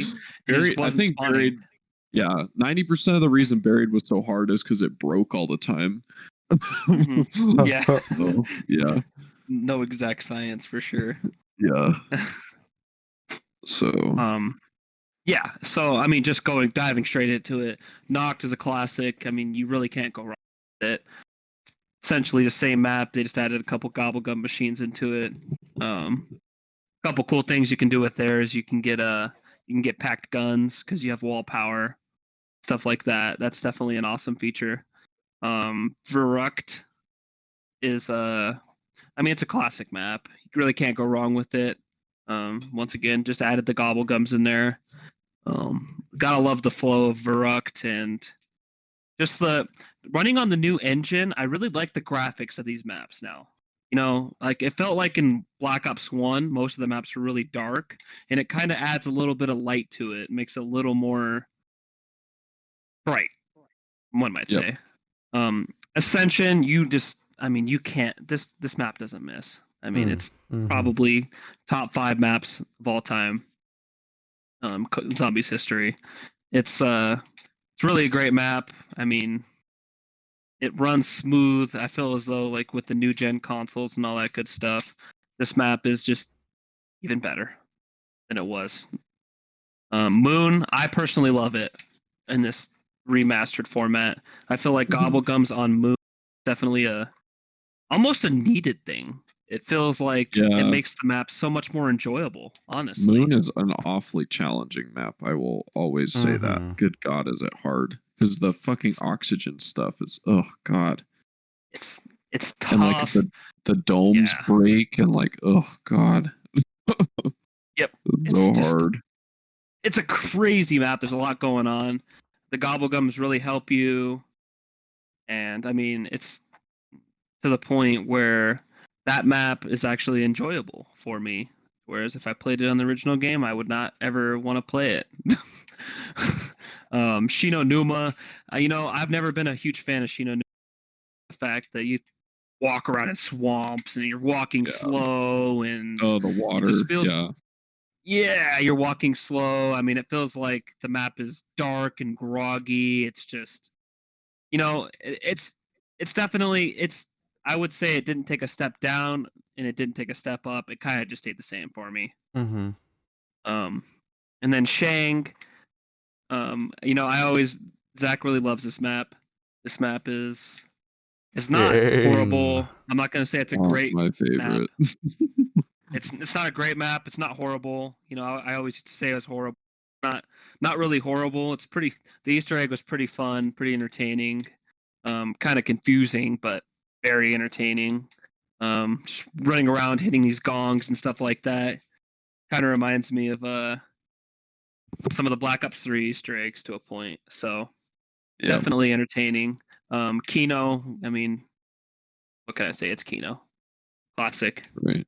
Yeah. Origins, top 3 zombies map of all time. Just added some more light into it. Gobblegums definitely makes the map a lot easier to play. You can get pretty much the whole map open with one shopping free. That was definitely a huge, huge plus. You didn't have to grind it out as much as you did in the old games, which, don't get me wrong, was very fun. But this is a map you can now play just leisurely, almost, one might say. So, Origins, I mean, the Easter egg with Gobblegums is a very enjoyable Easter egg. And I mean, we did it for fun 100%. multiple times. We did it for fun multiple times, if that tells you anything.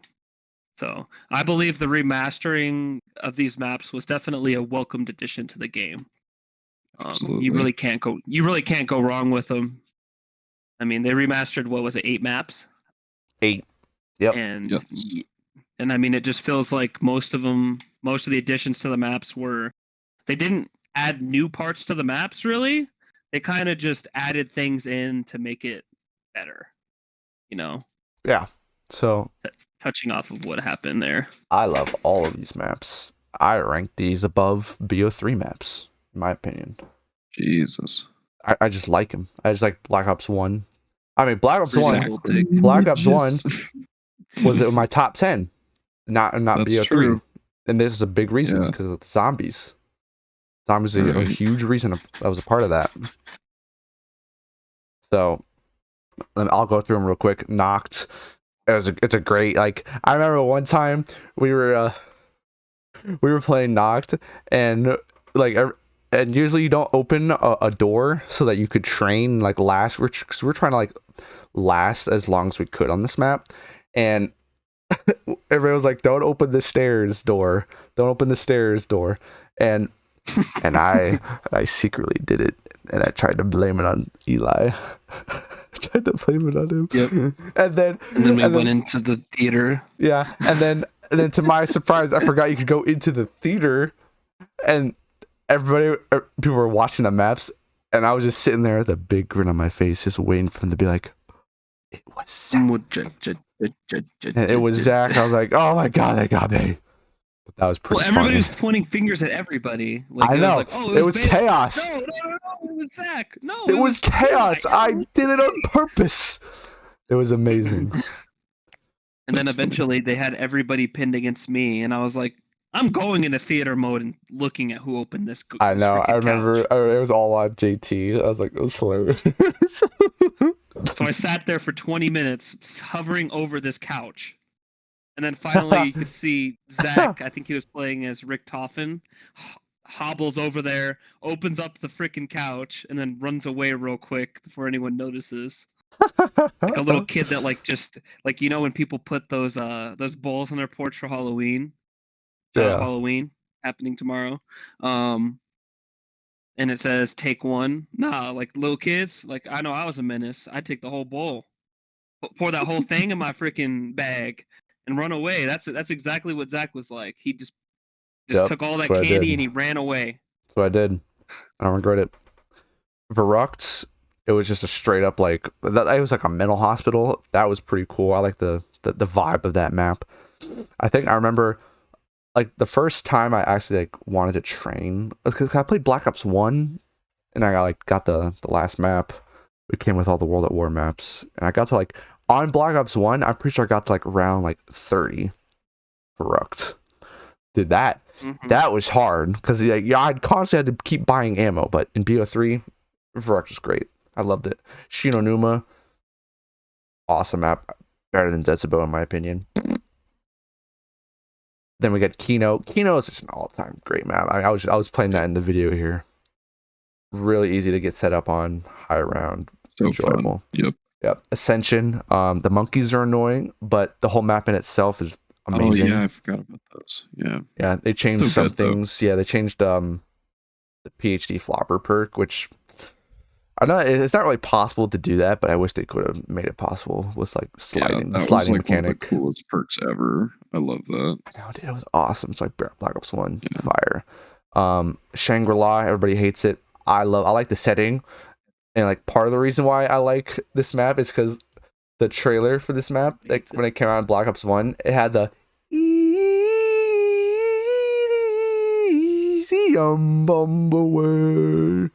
Yep, in the trailer. That was an iconic trailer. I had it saved on my Xbox 360 hard drive. Really? Yeah. I always remember that because Alex showed me. He was like, dude, this is the coolest trailer ever. I was like, oh my God, I have to see this. Oh man, dude, that map is fire. I love that map. Great. That's not the only thing you had saved on that hard drive. Anyways, continuing on. Yeah, let's continue on. Moon, I thought Moon was fucking dope, man. It's hard. Definitely hard, but like that Easter egg, you fucking blowing up the Earth, bro. That is so cool. So fucking cool. Makes me feel like a super villain. Exactly. And then Origins just a classic, man. The stabs, I love the stabs. They're fucking like I always got the wind staff. 1, because it was easy. 2, it just was cool. Just like that. Yep. Just like that. Just like that. And perfect. And that brings us to the end of the episode. What are your closing thoughts? We'll start with JT first. What do you think of Black Ops 3 Zombies as a whole? Black Ops 3 Zombies as a whole didn't miss a whole lot. I feel as though almost all the maps, I mean, I should say probably all the maps are solid, you know? I'd say they all rank pretty high on my list. Especially the main maps, you know, the remasters are obviously all can't really hate on them. I like the additions of the gobblegum machines, the fact that you can upgrade your guns to get dead wire, fireworks, blast furnace, and even the wind gun. What's that called again? Thunder gun. Thunder wall is what the thunder wall is what it's called. But all the different wonder weapons you have in the game, it doesn't feel like you just have the ray gun. You have the thunder gun on Revelations, it brings it back. You know, all the nice additions, great dialogue. I love the graphics and everything with this game. I feel as though it's not super horror-y, realistic, but it's also not like stupid cartoony, you know? Like, it's not like Zombies in Spaceland or anything like that, where it feels like you're playing. Where it feels like you're playing. Where it feels like you're playing Cartoon Network Zombies, you know. And what it's not hell? crazy. Nothing's crazy OP in this game to the point where you feel as though you can't play it, you know. Yeah. And you have options in what you do. So overall, this is my favorite Zombies of all time, and I don't see that ever changing. To be honest with you. Nice. Yeah, man. Eddie, closing thoughts? There's a reason this was on my top 10 games list ever, and the Zombies is part of it. I sunk a lot of my middle high school years into this game, and I don't regret a single minute of it. So Yep. This was part of our life for those couple of years, and Yep. I loved it. The Brought us zombies together. was great. Yeah, it brought us together more. So I'm forever indebted to this game. So this game was pretty much the reason I got into like this friend group. Pretty much, It's true. Mm-hmm. it's very true. So True. I love this Me as well. game. 'Cause otherwise, we don't like you, Zach. Just remember Yeah. that. Otherwise, yeah. Fuck you guys. You just think about Yeah. that. Yeah. I believe our friend DJ sunk probably 200 days into this game. It's 2 months. I think I got 2 months I'm in this still game. better though. You know, I had 100 overall days set into this game before the leaderboards reset. When this game came out, I was in 8th grade. I kind of no-lifed it, so that was to be expected. There was days where we would just wake up at 8, we'd leave around 3 to go eat a little bit, and then we'd get back on an hour and play 4 to midnight, you know? Hell Or 4 yeah, to 1, man. whatever long we'd stay up, and we just play this all day during the summer. Right, You know, man. and I mean that's just truthfully this game. I mean, I fresh started 2 or 3 times in multiplayer, hit Prestige Master 4 times, I believe. You know, I've had Dark Matter all 4 times. I mean, this game as a whole, just nostalgia is ridiculous. The nostalgia with this game is ridiculous. I'll say that. Ridiculous, yeah. But you know, JT, if the people of this podcast want to find you, if you want to be found, where can we find you? You can find me on all main social networks. My tag on Instagram is JTMUNEY4. I mean, if you need a car, let me know. I'd be trapping them cars. Auto Nation Chrysler Jeep Salesman Arapaho, plug. baby. Shameless plug there. Car That's salesman good. life. You know, we got to grind every day. But yeah, definitely. Zach will link me in the bio. Just hit me up. Hell yeah, man. Eddie, where can we find you, buddy? All right. So you can find me on Instagram at Eddie Lee Lifts, spelled EDDIELEELIFTS. I post somewhat regular fitness content 2 to 3 times a week, exercise tutorials, exercise guides, pictures of myself working out, motivational content, such things like that. If you're interested in learning about weightlifting, powerlifting, or following my journey to become the most swole dude of all time, follow my channel. Follow my page. Don't look for me anywhere else. Peace. Don't look at me. You can find him at the local 7-Eleven on your corner on some days, trapping. You can find me at the local pornography DVD store perusing. Oh man, they don't even have those anymore.